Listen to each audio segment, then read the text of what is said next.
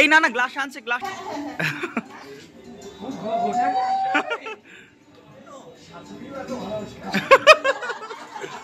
এবারে আমরা বরণ করে নেব সুদূর আসাম থেকে আগত নাট্য ব্যক্তিত্ব শ্রী ইন্দ্রলীল দে।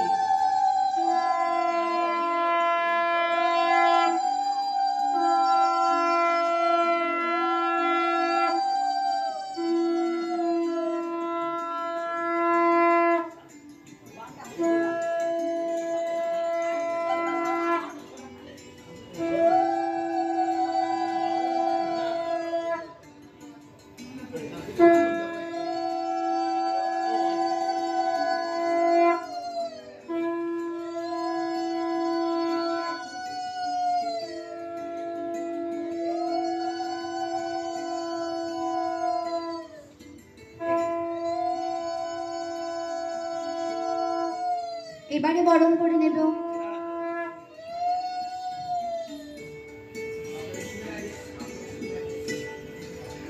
এবারে বরণ করে নেবেন বিশিষ্ট সাংবাদিক শ্রী বিষ্ণুপদ ভৌমিক।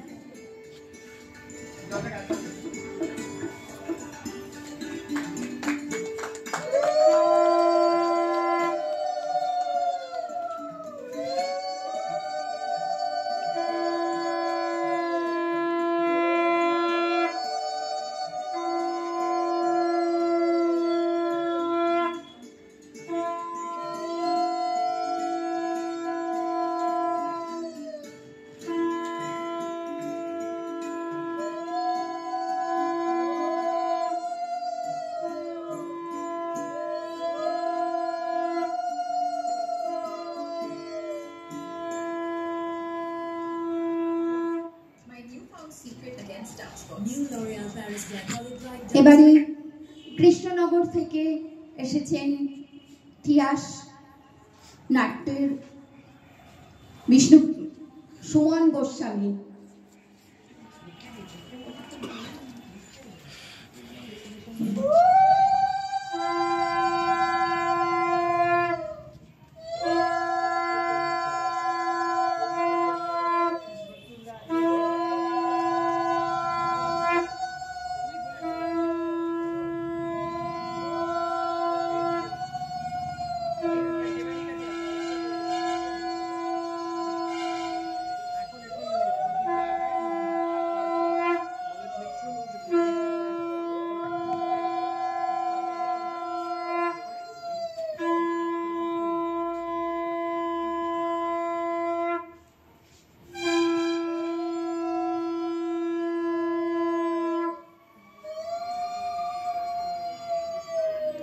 এবারে অতিথিদের বলবো প্রদীপ প্রজ্বলনের জন্য একটু প্রদীপ প্রজ্বলন করবেন। আসছে সবাই আসছে।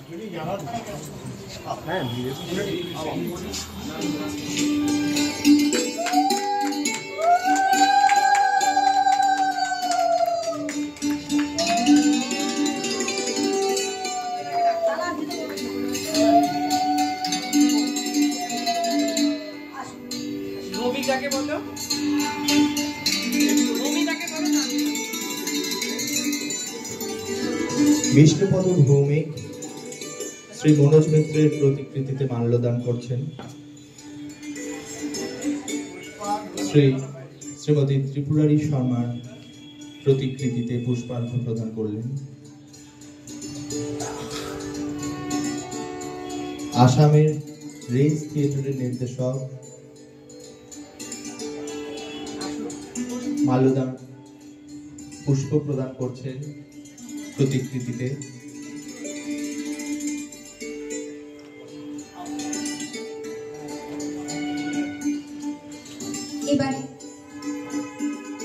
এবারে ডক্টর তীর্থঙ্কর চন্দ্র মহাশয়কে সম্মাননা জ্ঞাপন করবেন। সবাই একটু করতালির মাধ্যমে ওনাকে সম্মাননা জ্ঞাপন করুন।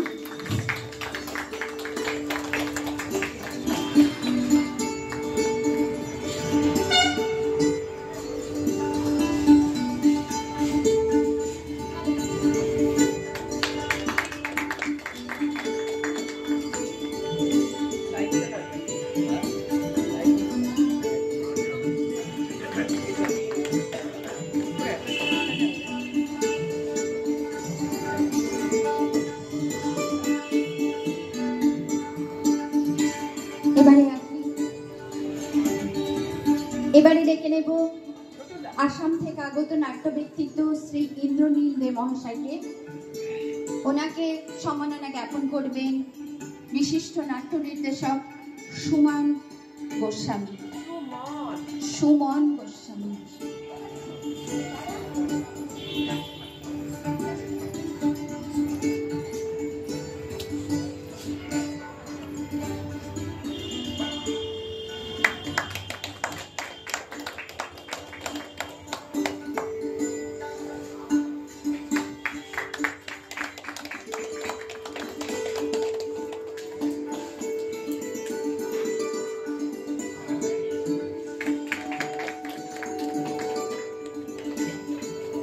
আসন গ্রহণ করুন। এবারে ডেকে নিচ্ছি শ্রী বিষ্ণুপদ ভৌমিক মহাশয়কে। আমাদের রঙ্গসেনার কর্ণধার ধ্রুপদ ঘোষ মহাশয় ওনাকে সম্মাননা জ্ঞাপন করবেন।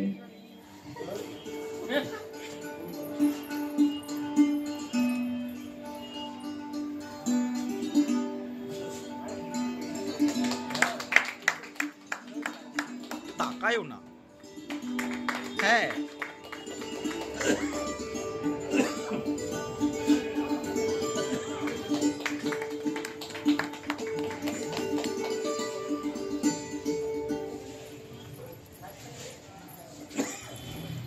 এবারে শুরু হবে জাতীয় সেমিনার। মণিভূষণের একটা কবিতা লাইন আছে যে নাটক চলাফেরা করে দুটো জায়গায়, মঞ্চের উপর খেলা করে তার চরিত্ররা, আর বাকি অর্ধেক খেলে বেড়ায় অন্ধকারে সারি সারি বসে থাকা হাজার হাজার দর্শকদের মধ্যে। এই যে world of drama and world of observers, এইটা ক্রমাগত আমরা দূরত্বটা তৈরি করতে সক্ষম ভাবে পারছি, এবং আমরা যত পারছি তত আমরা অনেক ভালো নাটক এরকম আমরা প্রশংসিত হচ্ছি, পুরস্কার পাচ্ছি। কিন্তু আমি যে আমার মাটি থেকে হাতটা তুলে নিয়েছি, এই গল্পটা আমরা সব জায়গাতেই করি। এইটা বলেই আজকে শেষ করবো। সেটা হচ্ছে যে বুদ্ধদেবকে একেবারে শেষ অবস্থায় যখন বুদ্ধদেব প্রায় সিদ্ধি লাভের জায়গায় যাচ্ছেন, তখন মারেরা তারা নানাভাবে বুদ্ধদেবকে প্রলোভন দেখাতে আসে। তাদের যশ ছিল, অর্থ, প্রতিভা ইত্যাদি যা যা হয়। তখন বুদ্ধদেবের একটা মূর্তি পাওয়া যায়, তাকে আমরা বলি ভূমিস্পর্শী মূর্তি। সেটার একটা হাত হচ্ছে ভূমিতে আর একটা হাত মাকে ঠেকাচ্ছেন, আর ভূমিস্পর্শী মূর্তিটার নিচে লেখা আছে যে হে ধরিত্রী, তুমি আমাকে ছেড়ে দিও না, তাহলে এই সমস্ত প্রলোভন, এই সমস্ত সুবিধা আমাকে আমার জায়গা থেকে তুলে নিয়ে চলে যাবে, আমি মানুষের মধ্যে থাকবো না। ধরিত্রীকে ধরে আছেন। আজকের থিয়েটারে যেটা হয়েছে সেটা হচ্ছে ধরিত্রীকে আমরা শুধু তুলে নিয়ে ফেলিনি, আমরা ধরিত্রীকে অস্বীকার করছি, আর করছি বলে ক্রমাগত আমাদের থিয়েটারে মুষ্টিমেয়। এবং আপনারা জানেন একটা তত্ত্ব এখন চলে এসেছে যে থিয়েটার হচ্ছে মাইনরিটি কালচার, বিশেষ বিশেষ লোকেদের জন্য থিয়েটার, সবার জন্য না বাবা, তুমি বুঝতে পারবে না। অথচ এমন বহু নাটক এই পশ্চিমবাংলাতে যারা একাঙ্ক নাটক করে বেরিয়েছেন একটা সময়, প্রায় গেরিলা বাহিনীর মতো নাটক তারা করেছে। কি করে তারা একই সঙ্গে নৈহাটির মানুষজন এবং যদি বলি গোমন্ডার মানুষজন সবাইকে কোন জায়গাটা থেকে তৃপ্ত করতে পেরেছেন। সব নাটক সমস্ত দিক থেকে অসামান্য হয়েছে তা বলছি না, কিন্তু একটা চেষ্টা ছিল, একটা প্রয়াস ছিল। আজকে আমি বুঝে গেছি ভাই, আমাকে এই এই কাজগুলো করতে হবে, তাহলে এই এই জিনিসগুলো, এই হিসেবে থিয়েটার আজকে কিন্তু ক্রমাগত আমাদেরকে একটা তলানির দিকে নিয়ে যাচ্ছে। আর এর থেকে পরিত্রাণ কি? ওই ইন্দ্রনীল যেটা বললো সেটা এই যে নিজের চর্চাটা নিজেকে করতে হবে এবং নিজের জায়গায় নিজেকে স্থির থাকতে হবে। ইয়ের সুমেখার বলে একজন ভদ্রলোক, জার্মান ভদ্রলোক, একটা বিখ্যাত বই লিখেছিলেন, তার নামটাই হচ্ছে স্মল ইজ বিউটিফুল। তার মানে আমরা মনে করি অসংখ্য ছোট ছোট প্রদীপ যদি বিভিন্ন জায়গায় জ্বলে তাহলে এমনি অন্ধকার কাটে। আর আমরা এখন চেষ্টা করছি কি করে সবসময় হাউই বাতি তৈরি করবো। হাউইয়ের রসদ যোগাচ্ছে যারা, আমরা তাদের দিকে তাকাচ্ছি না। ফলে আমাদের মোমবাতিটা বা ওই প্রদীপটা জ্বালানোটাই কাজ। সে বিভিন্ন জায়গায় জ্বলবে, আজকে এইখানে জ্বলছে, কয়লাপুরে হবে, শিলচরে হবে। আর আমাদের একটা ঐতিহ্য আসামের আছে যেটা আমরা না বললে বোধহয় শেষ করতে পারবো না, সেটা হচ্ছে আমাদের একটা ভ্রাম্যমান থিয়েটার ছিল আসামে, প্রায় যাত্রা এবং থিয়েটারের মাঝামাঝি। তারা ঘুরে বেড়াতে নেই, নলবাড়ি বলে একটা জায়গা আছে, সেখানে তারা ভ্রাম্যমান থিয়েটারটা নিয়ে, সেটা প্রায় আসামে বিখ্যাত। তাদের বিষয়গুলো ছিল ওই গ্রামে গঞ্জে প্রায় সার্কাসের মতো, তাদের নিজেদের টেন্ট থাকতো, বসার চেয়ার থাকতো, সমস্ত কিছু। সেইটা নিয়ে তারা ওই থিয়েটার চর্চাটা করেছে এবং এটা দীর্ঘদিন আসামে জীবিত, মানে এখনো জীবিত, কিন্তু এখন কিছুটা কমে গেছে নানা কারণে। আমরা বলছি যে আমাদেরকে না প্রতিদিন ওই যে একটা কথা খুব আমরা বলতাম না একটা সময়, রাজনীতি করি যখন, তখন বুঝি না বুঝি বলতাম যে ফ্রম দ্য মাসেস টু দ্য মাসেস, মানুষের কাছে গিয়ে তাদের ভাষাটা বুঝতে হবে, ফিরে আসতে হবে, আবার একটা ভাষা নিয়ে তার কাছে যেতে হবে। জানতে যাও, জেনে এসে নিজেকে তৈরি করো, আবার জানাতে যাও। আমাদের থিয়েটারের চর্চাটা ছিল তাই। আর আজকে যে থিয়েটারটা হচ্ছে সেটা হচ্ছে আমরা একটা পাঠাতনের উপর থেকে প্রায় মেশায়ার মতো কিছু বাণী ছড়িয়ে যাচ্ছি। আর যারা বুঝতে পারছে না তাদের বলছি তোমরা থিয়েটারের না, আর যারা বুঝতে পারছে তারা যে কোন শ্রেণী থেকে কি জন্য আমার পিঠ চাপড়াচ্ছে সেইটা আজকাল আর আমরা বিচার করে দেখছি না। আজকে ট্র্যাজেডিটা বোধহয় এইটাই মনে হয়েছে। এবার আমি সবাই কারণ হলো যে আমাদের থিয়েটারের আজকে যে আলোচনায় বেশি ছিল কালচারাল জার্নি অফ থিয়েটার, তার মধ্যে একটা অংশ হলো এই যে আমরা নাট্য উৎসবটা করছি, এই নাট্য উৎসবে কিন্তু উড়িষ্যা থেকে দল এসছে, এনারা আসাম থেকে এসছেন, তারপর নাগপুর থেকে এসছে। আন্তরাজ্য যে সাংস্কৃতিক আদান প্রদান, এটা বোধহয় এই জার্নির মধ্যে একটা বিশেষ অংশ। আগে এত নাট্য উৎসব বোধহয় হতো না, দীর্ঘতা ভালো বলতে পারছেন যে একটা নাট্য উৎসব করার পর আন্তরাজ্য করা মানে হলো কি আরো 5টা দল, 5টা রাজ্যের দল কি 7টা রাজ্যের দল এখানে এসে নাটক করছে। এতে কতটা সাংস্কৃতিক আদান প্রদান হচ্ছে এবং কতটা কি নাটকের দিক থেকে বা থিয়েটারের দিক থেকে উন্নতি হচ্ছে, এটা কিন্তু একটু বললে ভালো হয়। না সে তো বটে, যে যখনই মানে আমাদের তো এটাকেই নষ্ট করে দেওয়ার চেষ্টা হচ্ছে, এই যে প্লুরালিজমটাই এখন চ্যালেঞ্জের মুখে। হ্যাঁ, সবকিছুকে একরকম করে দেওয়া। এবং জানি না আপনারা হয়তো কালকে যদি আমার নাটকটা দেখেন, ওটা তো মূলত এই কথাটাই বলা হচ্ছে যে আর কি এখন সবাইকে একরকম করে দেওয়ার একটা খুব চেষ্টা করছে। কারণ কিন্তু আমার প্রবলেমটা হচ্ছে যে একরকম করে দেওয়া মানে তোমার সবাইকে সমান করে দেওয়া না। হ্যাঁ, সবাইকে সমান করে দিলে তো সমান অধিকার দিতে হবে। সমান এক জিনিস আর একরকম করে দেওয়া এক জিনিস। একরকম করে দেওয়া মানে বৈচিত্র্যটাকে ধ্বংস করে দেওয়া। There is a big difference between being similar and being equal. আমরা বলছি ইকুয়াল হওয়ার কথা, ওরা বলছেন না ইকুয়ালিটির দরকার নেই, সিমিলার হলে ইকুয়াল হয়ে যাবে। সবাই একরকম হয়ে যাবে, সবাই একটাই সংস্কৃতি, একটাই ধর্ম, একটাই ভাষা হয়ে গেলেই ওদের ধারণা সব সমস্যার সমাধান হয়ে যায়। তো এটাকে যদি কাউন্টার চ্যালেঞ্জ করতে হয় তাহলে এটা যত বেশি হয়, যত বেশি আদান প্রদান হয়, জানি না কতটুকু আদান প্রদান আমরা করতে পারি, কারণ ওখানে আবার আমরা এত সেলফ সেন্টার্ড হয়ে গেছি যে আমারটা হয়ে গেলেই আমরা চলে যাই। তো এই ব্যাপারটাও থাকে। এই ব্যাপারটা যাতে না হয়, আমরা যাতে দেখি শুধু নিজেরটা নয় আটজনেরটাও যাতে দেখি, সেটাও একটা ইয়ে করতে হবে। এটা তো অবশ্যই, কারণ হলো আজকে কালকে যখন আপনার নাটকটা আমরা দেখবো তখন আমরা ভাববো পশ্চিমবঙ্গের বাইরে আসাম কি ভাবছে, নাগপুরেরটা যখন দেখবো তখন আমরা ভাববো নাগপুর কি ভাবছি। কারণ যখন কোনো আন্তঃরাজ্য নাটক হয় সবাই ভাবে যে আমি একটা ভালো প্রযোজনা নিয়ে যাব এবং যেটা আমি নিজেকে বা আমার রাজ্যকে উপস্থাপন করতে পারি। কারণ আমাদের দেশ এখন এমন একটা সময়ের মধ্যে দিয়ে যাচ্ছে যখন সবার সমস্যায় মোটামুটি এক বেসিক জায়গাটা খুব সংকটের সময়। তো যখন এইসব সংকট থাকে নাই, ওই মানে ইতিহাসে কিছু বিভিন্ন মুহূর্ত আসে যখন একটা বড় সমস্যা সবচেয়ে জ্বলন্ত সমস্যা হয়ে দাঁড়ায়, যেটাকে বলে আর কি। যখন ইংরেজরা ছিল সারা ভারতবর্ষের বিভিন্ন প্রান্তিক সমস্যা থাকলেও মূল সমস্যা একটাই, যে আমরা সবাই ইংরেজের অধীনে, আমরা মানে সাম্রাজ্যবাদের নিচে আছি। তো এখন সাম্রাজ্যবাদ ফ্যাসিজমের হাত ধরে এসছে এবং আমরা পুরো ভারতের সমস্ত, বিশেষ করে যারা মার্জিনালাইজ, বিশেষ করে যারা ভাষিক, সমস্ত রকমের সংখ্যালঘু যারা, এমনকি লৈঙ্গিক সংখ্যালঘু থেকে শুরু করে ভাষিক সংখ্যালঘু, ধর্মীয় সংখ্যালঘু, সবাই খুব সংকটের মধ্যে দিয়ে যাচ্ছে। তাই সবার সমস্যা মোটামুটি এক। তাই আমরা যত বেশি আদান প্রদান হবে, যত বেশি ভাবনা চিন্তার লেনদেন হবে, ততই আমাদের কাউন্টার ইয়েটা শক্তিশালী হবে বলে আমার ধারণা। তাই এটা অবশ্যই খুব প্রশংসার যোগ্য আর কি যেটা হচ্ছে। রাজ্যের আস্তে আস্তে এগোবে, সেই সময়ে কিন্তু আমরা সেই নাটকটা মানুষের কাছে পৌঁছতে পারবো। শুধুমাত্র স্থান ঘুরে বেড়ানোর কথা বলছেন না, আমরা যদি আজকে নবান্নর কথা বলি, বা নবান্ন বলবে ও তোমাদের সেই 50-এর দশকের ওই রয়েছে। আপনারা দেখুন মনোজবাবু চলে গেছেন, ধরুন সাজানো বাগান, আজকে কলকাতাতেও হয়েছে, রানাঘাটেও হয়েছে, আমাদের শিলচরেও হয়তো হয়েছে। তাহলে কি করে এই তিনিও আরেকজন প্রখ্যাত নাট্য ব্যক্তিত্ব, তিনি আসাম শিলচর থেকে সম্ভবত। তীর্থঙ্কর দা সম্বন্ধে তো কিছু বলার নেই, তীর্থঙ্কর দাকে আমরা সবাই খুব ভালোভাবে চিনি, হয়তো বাবুকে সেভাবে চিনি না। যাই হোক, আজকে আমাদের আলোচনার বিষয় হলো কালচারাল জার্নি অফ থিয়েটার। তো এই সম্পর্কে তীর্থঙ্কর দা এবং ইন্দ্রনীল অবশ্যই বলবেন। তাদের নিজস্ব স্টেটের কথা, রাজ্যের কথা। আমি যে থিয়েটার কিভাবে উত্তরণগুলো, তো আমি বলবো যে আমি দুজন নাট্য ব্যক্তিত্ব না বলে বলবো দুটো বন্দে ভারত নিয়ে বসে আছি। যারা গেদে লোকাল থেকে বন্দে ভারতে পরিবর্তন হয়েছে হয়তো যুগের সময়ের তালে তালে, এই সময় যে কিভাবে পশ্চিমবঙ্গের নাটকের যে পরিবর্তনগুলো হয়েছে, কালচারাল জায়গাটা কেমন ছিল, প্রথমে আমি তীর্থঙ্করদার কাছেই যাচ্ছি।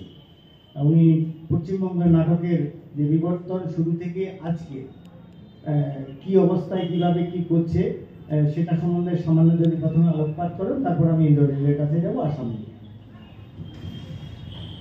সবাইকে নমস্কার। এমনিতে যা হয় এইসব আলোচনার বিষয়টা এত বড় থাকে যেটাকে খুব ছোট করে বলাটা একটু কঠিন, আর কিন্তু তবুও আজকে এই আলোচনা আমার কাছে বিশেষ আনন্দের। যে ইন্দ্রনীল যে পাশে বসে রয়েছে সে আসামের কাছাড় জেলার এমন একটা জায়গায় থাকে যেখানে আমার জন্ম হয়েছিল। তারপরে আমার বাবা নানা রকম চাকরির সূত্রে বিভিন্ন জায়গায় গিয়েছেন, কিন্তু ওই জায়গাটাতেই আমার জন্ম হচ্ছে। আর ইন্দ্রনীলের বাবা আমাদের আসাম শুধু না, কাছাড় না, গোটা আসামে গল্পকার হিসাবে এবং সম্পাদক হিসাবে যথেষ্ট প্রতিষ্ঠিত একজন মানুষ ছিলেন। ইন্দ্রনীল আজকে এসছেন, ওদের দুটো দল এসছে একসঙ্গে। আমার নিজের দেশ থেকে বলা যায়, তাদের সবাইকে আমি আমার পক্ষ থেকে কৃতজ্ঞতা জানাই। ইন্দ্রনীলকে অনেক অনেক শুভেচ্ছা। এই যে কালচারাল জার্নি বা যাত্রার যে চর্চা, সেইটা আমাদের এখানে আপনারা জানেন রূপবার বলে একটা যাত্রা পালা হয় বিভিন্ন সময় বিভিন্ন জায়গায়, একই পালা কিন্তু তার গান বদলে যায়, অভিনয়ের সঙ্গে সঙ্গে তারা নিজেরা নিজেদের কিছু পরিবর্তন করেন, কিন্তু গল্পটা একই থাকে। সেটা এপার ওপার দুই বাংলাতেই চলতো। বিশেষত আমাদের ওখানে, আমাদের করিমগঞ্জ বলে যে জায়গাটা আছে, সেই কুশিয়ারা নদীর ওপারেই বাংলাদেশ, ফলে যাতায়াত খুবই সুগম ছিল, খুবই কাছে, একই সঙ্গে ছিল। তো সেইখানে থিয়েটারের একটা চর্চা হতো। সেই থিয়েটারের চর্চাটা কলকাতা থেকে সমস্ত বইপত্র যেত। সেইখানে আমাদের গ্রামে বছরে 2 বার বা 3 বার স্কুলের বাইরে বড়রা নাটক করতেন। আর যাত্রা আমাদের খুব, ওই চা বাগান, আমাদের বাড়ির পাশেই প্রচুর চা বাগান, সেই চা বাগানগুলোতে যাত্রা হতো। তারপরে কলকাতায় এসে পড়ি। কলকাতার যে নাটকের যে ইতিহাস, সেই নাটকের ইতিহাস আমরা কিছুটা আসামে থাকার সময় জেনেছিলাম। পরে এখানে যখন এসে দেখলাম, তখন প্রত্যেকেই যখন বড় হচ্ছে, তখন থিয়েটারের সঙ্গে সঙ্গে কিছু অন্যান্য চিন্তা ভাবনাও তো থাকে। আমাদের কাছে একটা সময় গণনাট্য এবং গ্রুপ থিয়েটার খুবই কাছের একটা, খুব প্রাণের একটা চর্চার পথ ছিল। সেই গণনাট্যের বা গ্রুপ থিয়েটারের চর্চার থেকে আমরা অনুপ্রাণিত হয়েই বলা যায়, এই শব্দটা ইদানিং খুব ভিন্ন অর্থ ব্যবহার হয়, সেই দিকে আমরা যাচ্ছি না। সেটা হলো যে না, ইন্দ্রনীলের বাকি আছে, আমাদের কথাটাও একটু শুনুন। সুশান্ত দা ইন্দ্রনীলের কথা জিজ্ঞেস কিনা জিজ্ঞেস করছি। আচ্ছা, তো সেইটা যেটা হয়েছে যে আমরা এখানে যখন এসে দেখেছি, তখন গণনাট্যের যে চর্চাপথ ছিল সেটা নানা রকম কারণে সেটা একদম 50-এর দশকের গোড়াতেই আমরা জানি কতগুলো সুবিধে অসুবিধেতে উল্টো দিকে চলে যেতে শুরু করে। তারপর গ্রুপ থিয়েটার হলো, মধ্যে সৌম্যমিত্রের নবনাট্য আন্দোলন ইত্যাদি সবই আমাদের দেখতে দেখতে আসে। আমি যখন কল্যাণী বিশ্ববিদ্যালয়ে পড়ি, বা আমার জীবনের যখন প্রথম শুরু নাটকের, তখন এই নৈহাটিতে আমরা নৈহাটি বয়েজ স্কুলে একটা ওই গোটা উঠোন জুড়ে নাটক করেছিলাম।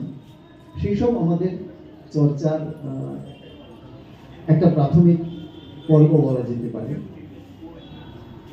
আমাদের কাছে যেটা চর্চা পথের যেটা একটা সরলরেখা যদি বলি, একেবারে সরলরেখায় চলেনি, নানা সময় তার গতিবদল হয়েছে।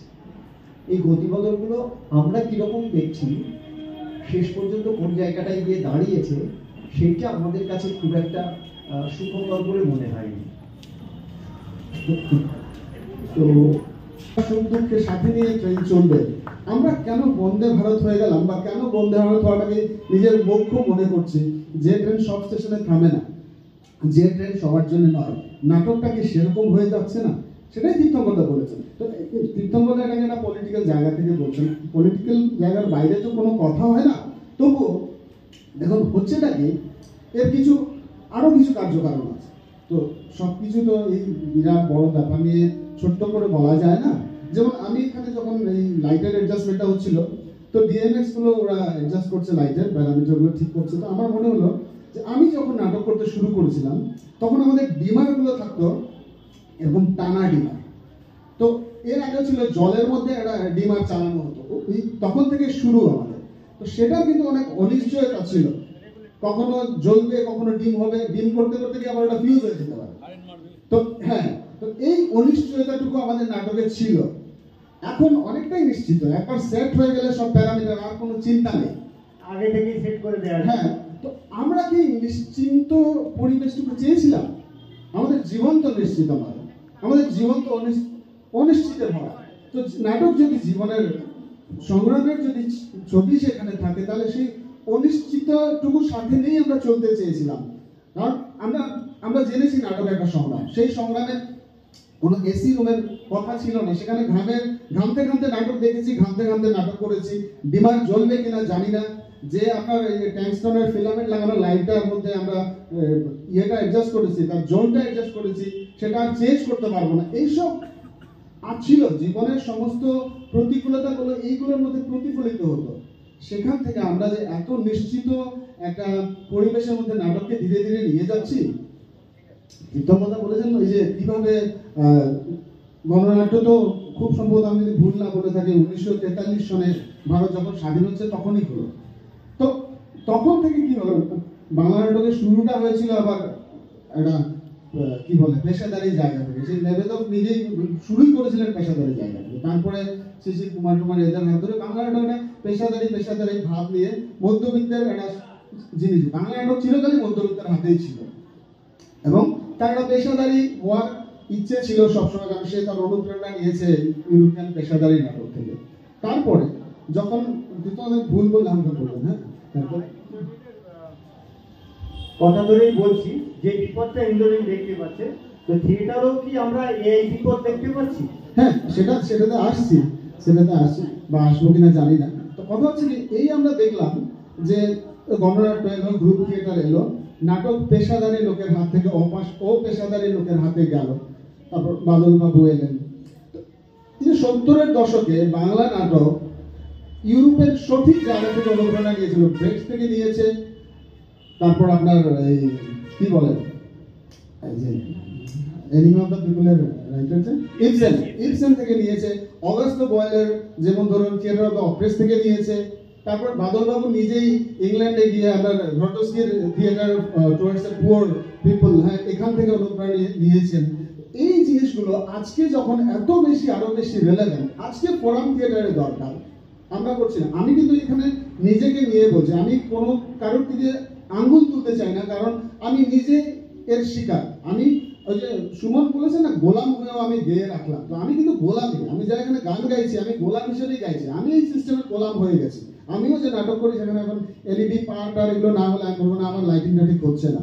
হ্যাঁ, তো আমি জানি আমি একটা ভিকটিম হিসেবে আমি কথাগুলো বলছি, কেউ অন্যভাবে নেবেন না যে তুমি কে এখানে দাঁড়িয়ে একে দোষ দিচ্ছ তাকে দোষ দিচ্ছ, আমি নিজের দিকে আঙুলটা তুলছি।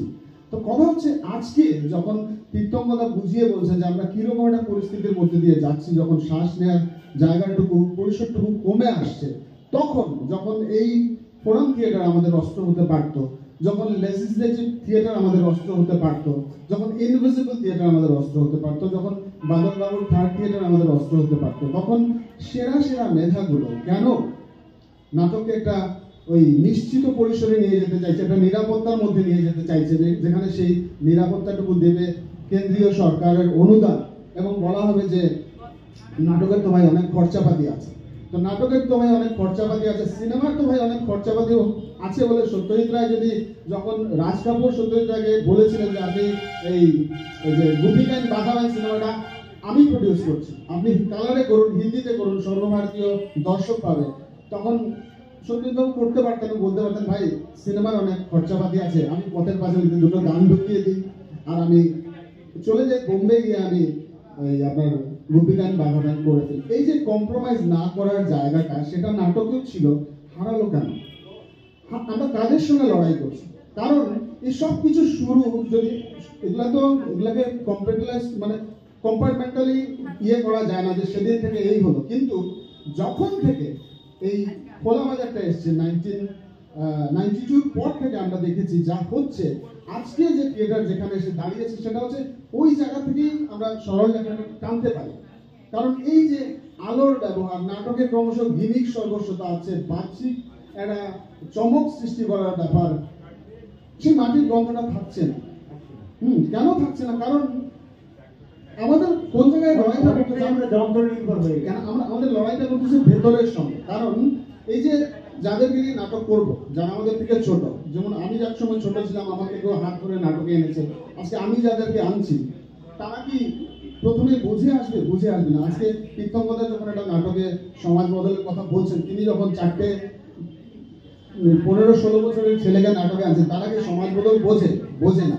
তারা নাটক করতে প্রাথমিকভাবে কেন আসবে? তাদের ইনসেন্টিভ হচ্ছে ওই শিল্পী হিসাবে আমি একটা স্বীকৃতি পাবো, মঞ্চে করতালি পাবো, সবাই আমাকে অ্যাপ্রিসিয়েট করবে, সেই জায়গাটা থেকে আসছে। সেই জায়গাটা আগে ছিল, নাটক দিত। এখন কি হচ্ছে? ও বলবে আমি ওখানে যাবো, ঠিক আছে, ওখানে অনেক ঝামেলা ভাই। আমি টিকটকে একটা রিল বানানে দেখছি আমার 25টা লাইক এসে যাচ্ছে 15 মিনিটের ভেতরে।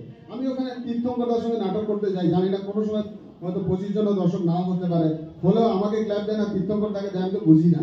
আমি টিকটকে রিল বানালে আমার 200টা লাইক পাওয়া যায়, আমি ইনস্ট্যান্ট ফেম পেয়ে যাচ্ছি, ইনস্ট্যান্ট রিকগনিশন পেয়ে যাচ্ছি। তো তার শিল্পী সত্তাটাকে ওখানে পিঠ চাপড়ানো হয়ে যাচ্ছে। আমি অজান্তে পুরো সিস্টেমের সঙ্গে, পুরো টিকটকের সঙ্গে, পুরো ফেসবুকের সঙ্গে, পুরো ইনস্টাগ্রামের সঙ্গে লড়াই করতে হচ্ছে। আর আমার ঝোঁকটা কোন দিকে থাকছে? যেই একটা নাটকের দল এসি হচ্ছে বা তার যে সমস্ত জিনিসপত্র নাটকের জন্য দেওয়া যাচ্ছে, তখন সেই নাটকটা আমার আস্তে আস্তে আমার হাতের বাইরে চলে যাচ্ছে। শুধু একটা কথা বলি যে ধরুন আমাদের পশ্চিমবাংলায় মিনার্ভা রেপার্টারি থিয়েটার বলে একটা থিয়েটার আছে। সেই মিনার্ভা রেপার্টারি থিয়েটারে যে নাটকগুলো হয়, প্রযোজনা হয়, সেইগুলো সরকারের অর্থ হয়, তার মানে আমার ট্যাক্সের টাকা হয়। আচ্ছা, যে নাটকগুলো হয় সেইটা সরকার, মানে এই সরকার শুধু না, দীর্ঘদিন ধরে এই সরকার সেটা বিভিন্ন গ্রামে গ্রামে যে সমস্ত মানুষজন রয়েছেন এমনভাবে কেন প্রযোজনা হয় না যে যাতে তারা দেখতে পারে এই ভালো প্রযোজনাগুলো, যারা হচ্ছে অনেক দূরে কাজ করছেন। আমাকে সেইটা দেখতে গেলে কলকাতাতেই যেতে হবে, এবং সেইখানে একটা কি হয়, এইটা থিয়েটারের একটা তাত্ত্বিক বিষয় যে দুটো জিনিস থাকে, একটা হচ্ছে ওয়ার্ল্ড অফ ড্রামা আর একটা হচ্ছে ওয়ার্ল্ড অফ দ্য অবজারভার্স। অবজারভারদের যে জগৎ আর আমি থিয়েটারের মঞ্চে যে জগৎ দেখছি, এই দুটোর মধ্যে ক্রমাগত দূরত্ব যখন বাড়তে থাকে। যেমন আমি একটা খুব সহজ কথা বলি, আজকে রঞ্জন সামনে বসে আছে, ধরুন ওর তো একটা দীর্ঘ নাটকের অভিজ্ঞতা। ধরুন ওরা একটা নাটক করে নষ্টমী, এই নষ্টমীর নাটকটা শুধু এইখানে তো না, শিলচরে হোক আর আমাদের মেদিনীপুরের গ্রামের ভেতরে হোক, কি করে মানুষের কাছে ছুটে পাচ্ছে? তার মানে যারা দেখছেন তারা নাটকের বিষয়ের সঙ্গে নিজেকে মেলাতে পারছেন না। আমরা আইডেন্টিফাই করতে পারছি, হ্যাঁ ওইটা আমি। আজকে যেটা হয় সেটা হলো আমি জেনেই নিচ্ছি বা আমি বুঝেই নিচ্ছি আমার নাটকে। শ্রী বিশাল দত্ত, ঠিক তার আমরা শুরু করব আমাদের আজকের সন্ধ্যার প্রথম নিবেদন, দ্য অ্যামেজিং গার্ল। আজকের প্রজন্মের নাটক দ্য অ্যামেজিং গার্ল, নির্দেশনায় সায়ন বিশ্বাস। দর্শক সাধারণকে আরো একবার অনুরোধ করি, আপনারা দয়া করে আপনাদের মোবাইল ফোনগুলি বন্ধ রাখবেন। দর্শক সাধারণের কাছে বিনীত অনুরোধ, দয়া করে আপনাদের মোবাইল ফোনগুলি বন্ধ রাখবেন। আর কিছুক্ষণের মধ্যেই শুরু হচ্ছে আজকের সন্ধ্যার প্রথম নাটক, দ্য অ্যামেজিং গার্ল।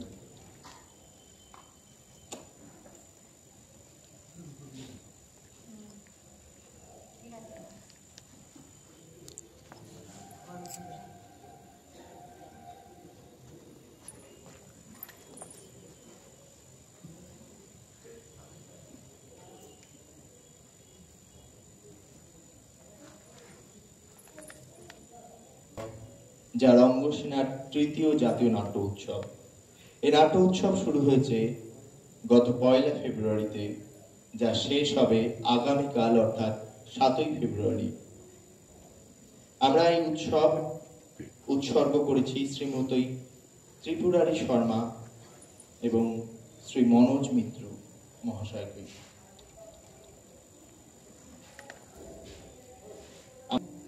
প্রথম নিবেদন বাংলা পূর্ণাঙ্গ নাটক দ্য অ্যামেজিং গার্ল, প্রযোজনা আজকের প্রজন্ম, আসাম, নির্দেশনা শ্রী সায়ন বিশ্বাস।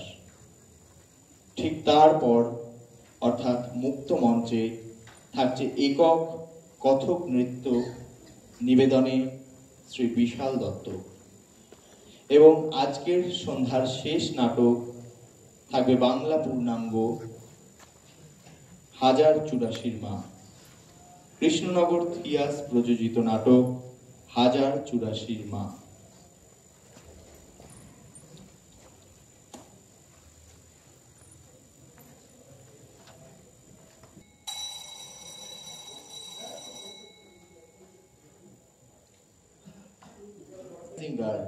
প্রযোজনা আজকের প্রজন্ম, আসাম, নির্দেশনায় শ্রী সায়ন বিশ্বাস।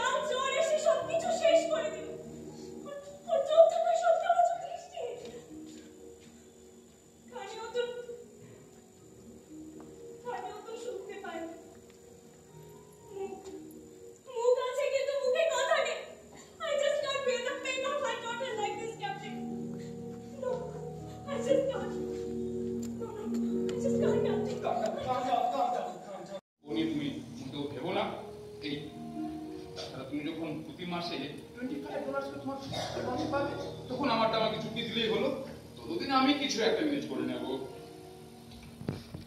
মিস্টার অ্যাডিকোস, আমি আপনাকে এই কোনোদিন করতে পারবো না, কোনোদিনও না। সেদিন যদি আপনি আমাকে এখানে না নিয়ে আসতেন, তাহলে হয়তো আমিও আমার ভাই জেবির মতো আকাশের ওই কোণে তারা হয়ে ঘুরে বেড়াতাম। I know আমাদের ignorant and opinionated girl, যার কাছে ভাষা কি, শব্দ কি, সব কিছু অগোছালো।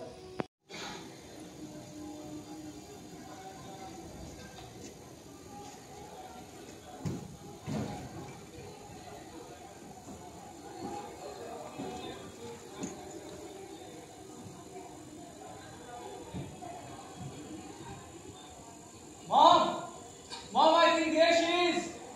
Miss Annie, where?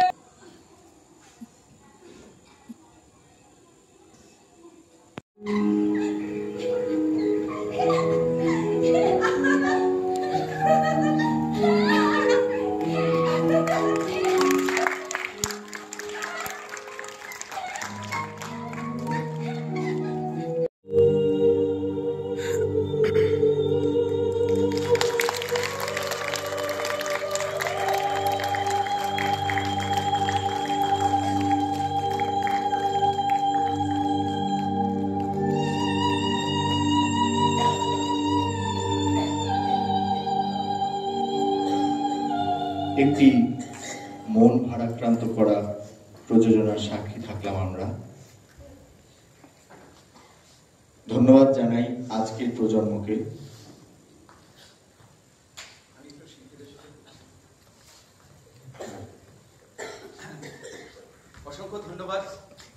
অসংখ্য ধন্যবাদ আপনারা এসছেন, নাটকটি দেখেছেন। আমরা শিলচর থেকে প্রায় 2 দিন জার্নি করে এখানে এসেছি এই পরিবেশনার জন্য। পরিবেশনাটি যদি আপনাদের ভালো লেগে থাকে একবার করতালি দিয়ে জানান দেবেন।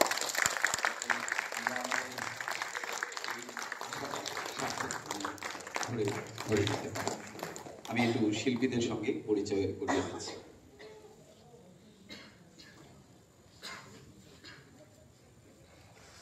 নমস্কার, আমি মাধুর্য চৌধুরী। নমস্কার, আমি পূর্বা রায়। নমস্কার, আমি শুভ্রা দাস। নমস্কার, আমি শ্বেতা রায়। নমস্কার, আমি কল্পিতা দেব। নমস্কার, আমি সংশিখা মজুমদার। নমস্কার, আমি দীপঙ্কর পাল। আমি এই নাটকের পরিচালক সায়ন বিশ্বাস। নমস্কার, আমি শোভন। নমস্কার, আমি রূপরাজ দেব। নমস্কার, আমি স্বর্ণদীপ দেব। কারিগরি সহায়তা। নমস্কার, আমি অঙ্কন। মঞ্চ। নমস্কার, আমি অর্জুন রায়। আমাদের দলের ম্যানেজার। নমস্কার, আমি সুপর্ণকান্তি কর। মেকআপ। আবারও ধন্যবাদ জানাই আজকের প্রজন্মকে। আমরা রঙ্গসেনার সভাপতি ধ্রুপদ ঘোষ তাকে ডেকে নেব নির্দেশককে সম্মাননা জ্ঞাপন করার জন্য।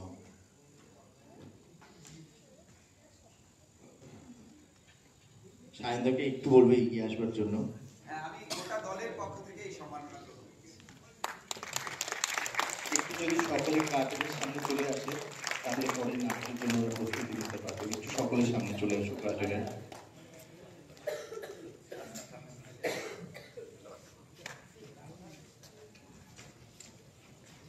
একটা জোরে হাততালি আশা করা যায়। আজকের প্রজন্ম শুধু আমাদের এই ফেস্টিভ্যালে আমন্ত্রিত দলই নয়, তারা আমাদের খুবই প্রিয় একটি বন্ধু দল।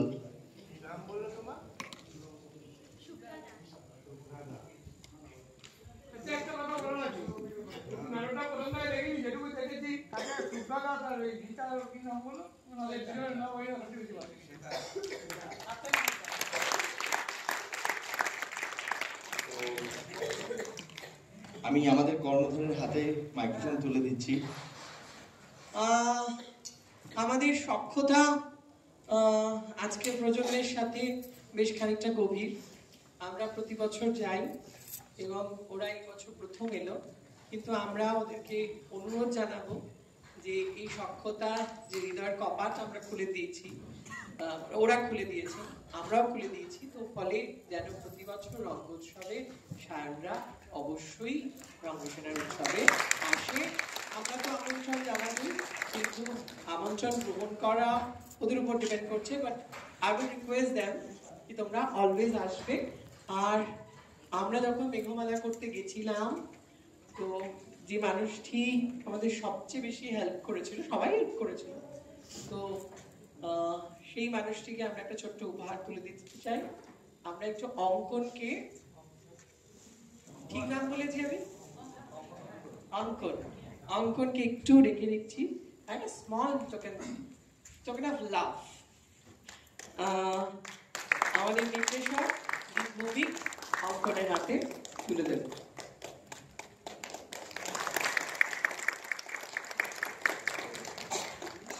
আর ওদের জন্য এক প্যাকেট রসমাধুরী আমাদের টিম রঙ্গসেনা অবশ্যই, আজকে তো আনা হয়নি, কালকে অবশ্যই এনে খাইয়ে দেব। Thank you for this amazing performance by this আজকের প্রজন্ম। একটা জোরে হাততালি দিন। আর ওরা আরো খুব ভালো ভালো নাটক করে। আজকে যদি অনেক উদ্যোক্তা থেকে থাকে, ওদের নৌকা ডুবিও রয়েছে,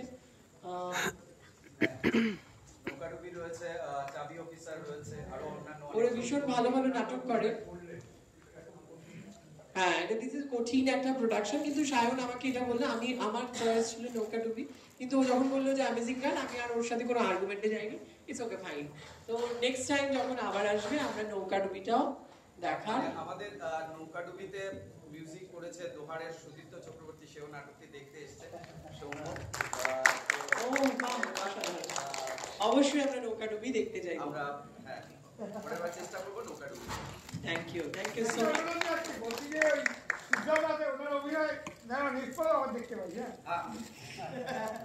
কমলা চরিত্র অভিনয় করছেন Suja. Thank you so much. আজকে প্রজন্মের জন্য একটা জোরে হাততালি। আমার নয় না, ঠিক আছে, আমাদের তো সবাই আমরা এক। আসলে আমাদের কিছু টিম আমরা ভাগ করে নিয়েছে এই 7 দিনের ফেস্টিভ্যালকে নিয়ন্ত্রণ করার জন্য। তো আমাদের আজকে যারা দায়িত্ব রয়েছে তাদের নাম নর্মদা, আমরা সেই নর্মদারাই কাজ করছি। তো বিশেষ কিছুই বলার নেই। এবার বাইরে একটি পারফরমেন্স রয়েছে, একটি একক কথক নিবেদন, যা প্রয়োগ করবে বিশাল দত্ত। আপনাদের সকলের কাছে অনুরোধ, আপনারা বাইরে গিয়ে আমাদের পরবর্তী যে অনুষ্ঠান সেটাকে উপভোগ করুন।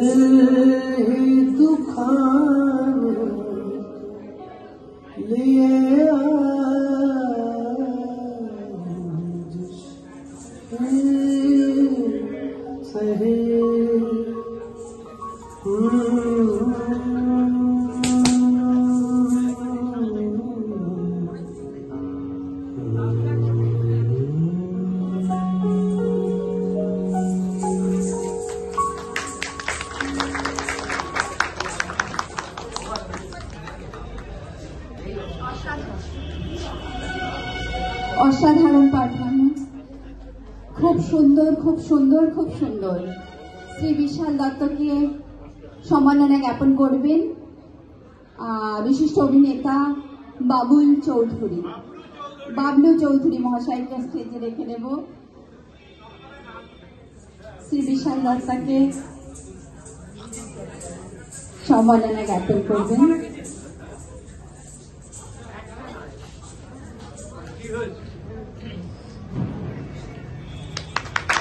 সবাই একটু করতালি।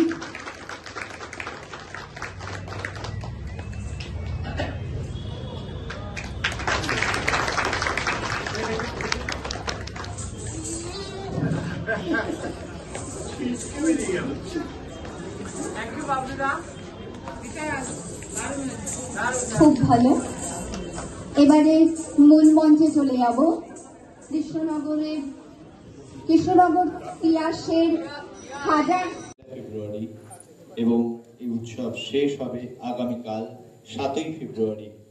7 দিন ব্যাপী এই নাট্য উৎসবের আজ 6ষ্ঠ দিন। আগামীকাল অর্থাৎ 7ই ফেব্রুয়ারি শেষ দিন। আমাদের আজকের সন্ধ্যার শেষ নিবেদন কৃষ্ণনগর থিয়েটার প্রযোজনা 1084 মা, নির্দেশনা সুমন গোস্বামী। দর্শক সাধারণের কাছে বিনীত অনুরোধ, নাটক চলাকালীন আপনাদের মোবাইল ফোনগুলি দয়া করে বন্ধ রাখবেন। আবারও বলছি, নাটক চলাকালীন আপনাদের মোবাইল ফোনগুলি দয়া করে বন্ধ রাখবেন।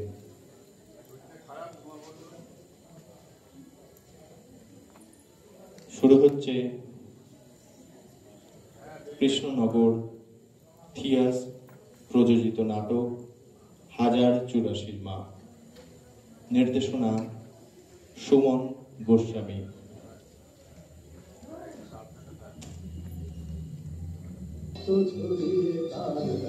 যারা কাছে মরেতে বসে আছো, আমি তোমাদের ছেড়ে চললাম। তোমরা ফাঁকা পেয়ালা ধরে নিলে, আমি রক্ত ঝরিয়ে কাঁদলাম। যারা কাছে মরেতে বসে আছো,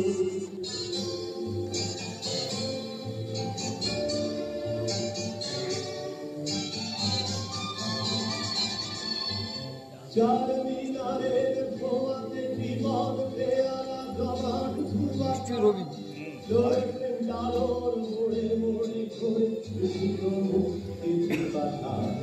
চার মিনারের ধোঁয়াতে বিমান পেয়ালা জমান ধোয়াতা, ধোয়াতে ডালোর মোড়ে মোড়ে ঘুরে মুক্তির কথা। আজ থেকে যাবো, কাল ভুলে যাবো, তবু থামতে ভুলতে চলেছি। আজ থেকে যাবো, কাল ভুলে যাবো, তবু থামতে ভুলতে চলেছি। কাল বসে গীতা তোমাদের দেব, খুঁজে আনতে চলেছি। নমস্কার। কৃষ্ণনগর থিয়েটারের পক্ষ থেকে আয়োজক সংস্থা নৈহাটি রঙ্গসেনা এবং নৈহাটির নাট্যমোদী দর্শকদেরকে আন্তরিক অভিনন্দন। নৈহাটি থিয়েটারের শহর, তবুও মাঝে একটা অনুষ্ঠান গেল, একটু মনে করিয়ে দিই। আপনাদের সঙ্গে আনা সেলফোনটি নিষ্ক্রিয় করা আছে কিনা একটু দেখে নেবেন। আবারও বলছি, আপনাদের সঙ্গে আনা সেলফোনটি নিষ্ক্রিয় আছে কিনা দেখে নেবেন। শুরু করছি মহাশ্বেতা দেবীর 1084 মা। সম্পাদনা ও নির্দেশনা সুমন গোস্বামী। আলো পরিকল্পনা প্রীতম চক্রবর্তী। সহকারী অভিপ্সা, তনিমা, অর্ক। আবহ কৌস্তব প্রামাণিক। প্রযোজনা কৃষ্ণনগর থিয়াস। শুরু করছি মহাশ্বেতা দেবীর 1084 মা। সম্পাদনা নির্দেশনা সুমন গোস্বামী। প্রযোজনা কৃষ্ণনগর থিয়াস।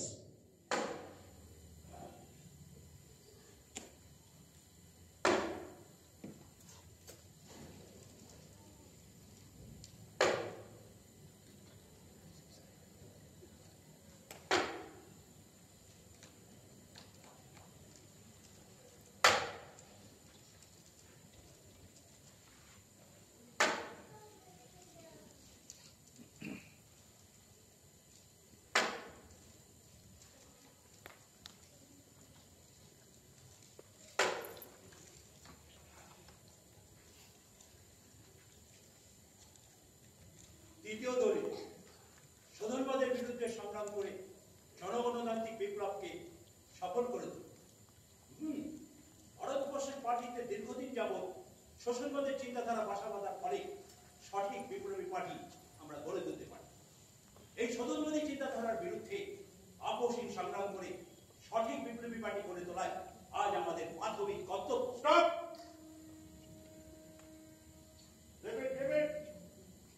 এই শোধনবাদী চিন্তাধারার বিরুদ্ধে আপোষহীন সংগ্রাম করে সঠিক বিপ্লবী পার্টি গড়ে তোলায় আজ আমাদের প্রাথমিক কর্তব্য।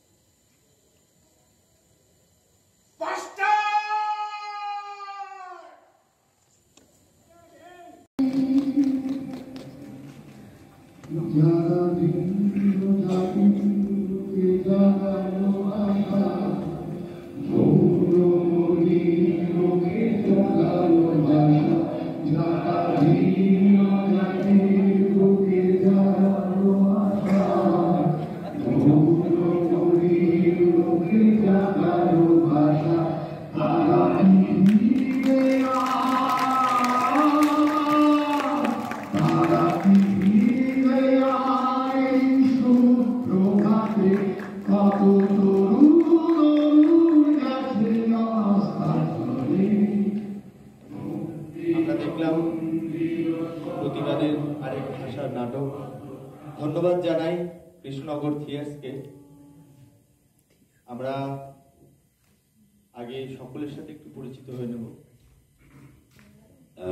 আমি প্রথমে ডাকছি প্রীতম। এই আলোটা পরিকল্পনা করেছে প্রীতম এবং আমাদের নেপথ্যে যারা কাজ করেছে তনিমা, অর্ক, অভিপ্সা। একটু মঞ্চে। এই নাটকটা আলো করেছে কৌস্তব। আবহ করেছে কৌস্তব প্রামাণিক। আমি এখান থেকে দিচ্ছি প্রীতম, অর্ক, তনিমা, অভিপ্সা। আচ্ছা, এখান থেকে নাম আনন্দ বিশ্বাস, কৌস্তব প্রামাণিক,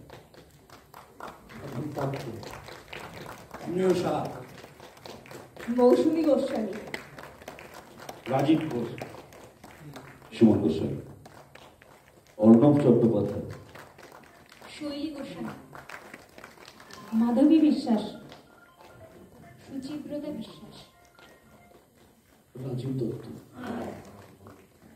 আমরা এই নাটকের নির্দেশক শ্রী সুমন গোস্বামী মহাশয়কে একটু এগিয়ে আসবার জন্য অনুরোধ করব।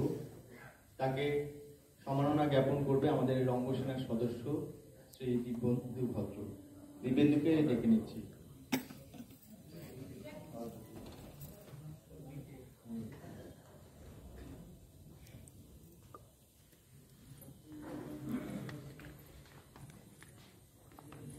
আমাদের উৎসব স্মারক তুলে দিচ্ছে আমাদের রঙ্গসেনার ছোটরা মিলে এই স্মারক তৈরি করেছে, ছোটদের রঙ্গসেনা মিলে। উৎসব রসিও